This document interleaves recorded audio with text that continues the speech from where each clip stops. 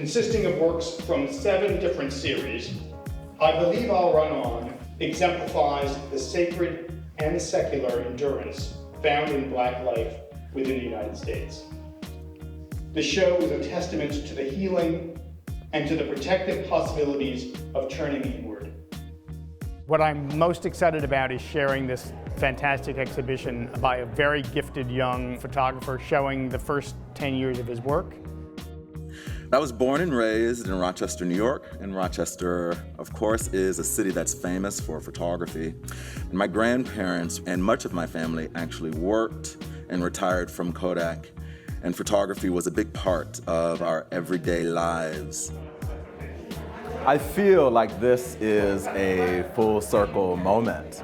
Being back in my hometown of Rochester, New York, exhibiting about 10 years worth of work, it's pretty amazing to see, I guess, my whole thought process on the wall and all of the bodies of work together. Exactly how I, thought about it initially.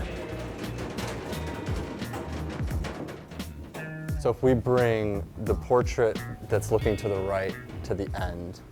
Yeah, so bring MW there, Mark here. Okay, so then AW comes here. Right. Okay.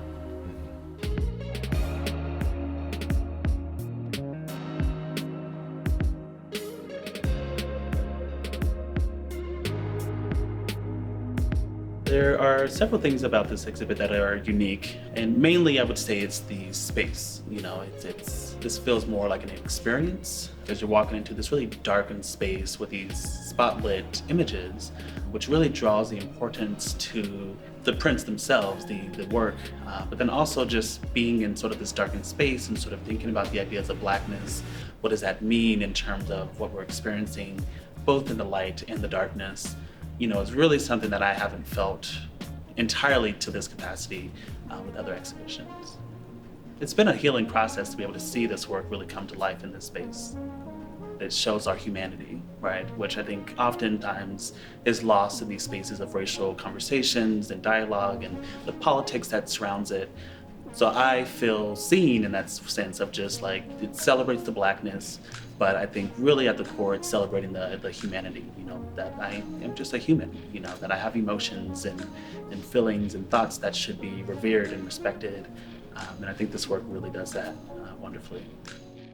I think this exhibition is incredibly timely, very relevant. It's work that many of our visitors will have not engaged with before, maybe have seen, particularly some of the protest photography.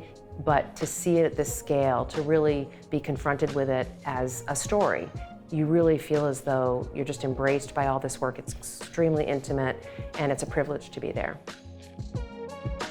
It's a show about a people who resisted, who fought for justice and continue to fight for justice in the midst of racial inequality in a country that was built on the backs of slaves. Thanks.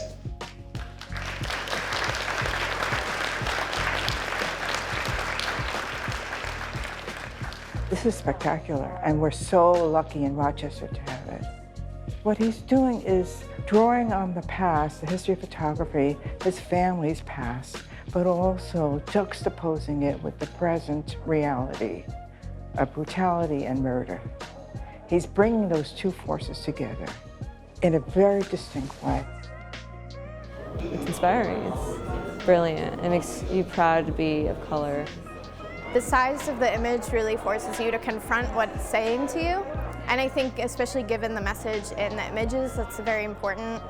I think Joshua has done an amazing job of sort of capturing all that has happened in this current movement and really sort of giving us some peek into where we should be going in the future, for sure. There's a portrait of me in this exhibit. It was one of the roughest days of my life. We were there cleaning my mother's home.